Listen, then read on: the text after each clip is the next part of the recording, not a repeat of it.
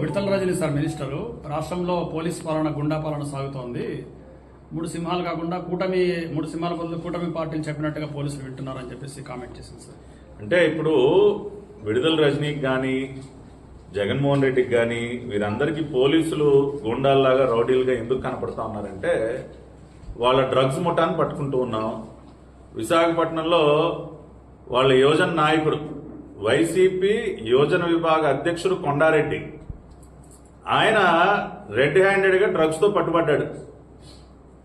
ఈ రకంగా వాళ్ళు డ్రగ్స్ దందా చేస్తున్నటువంటి వాళ్ళ పార్టీ నాయకులను పట్టుకోవడం, వాళ్ళకి రౌడీజం చేయటం.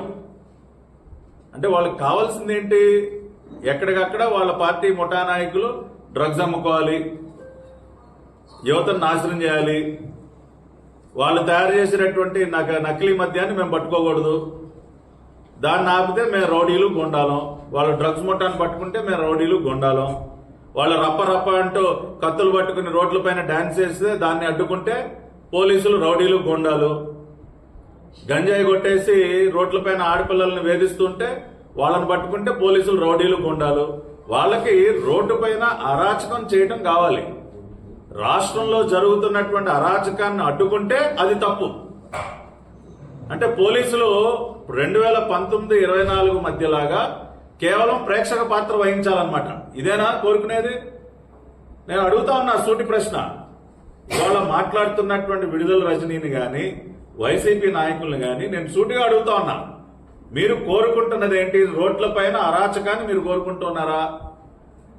ఇవాళ ఈ రాష్ట్రంలో గంజాయి డ్రగ్స్ వ్యాపారం నిర్విఘ్నంగా నిరాటకంగా జరగాలని మీరు కోరుకుంటున్నారా? నాటుసారా ఏరులై పారాలని మీరు కోరుకుంటున్నారా? ఇవన్నీ అడ్డుకుంటున్నందుకు ఇవాళ పోలీసులు మీ దృష్టిలో రౌడీలు గూండాలుగా మారిపోయారా?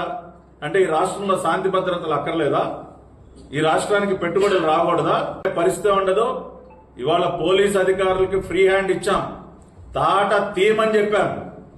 ఎవడైనా సరే డ్రగ్స్ అమ్మకాల్లో గాని రోడ్లపైన అరాచకాలు చేయటం, మహిళల్ని వేధించటం, ఇటువంటి పనులు అసాంఘిక పనులు ఏవి చేసినా కూడా ఖచ్చితంగా తోలు తీస్తాం, తోకలు కత్తిరిస్తాం.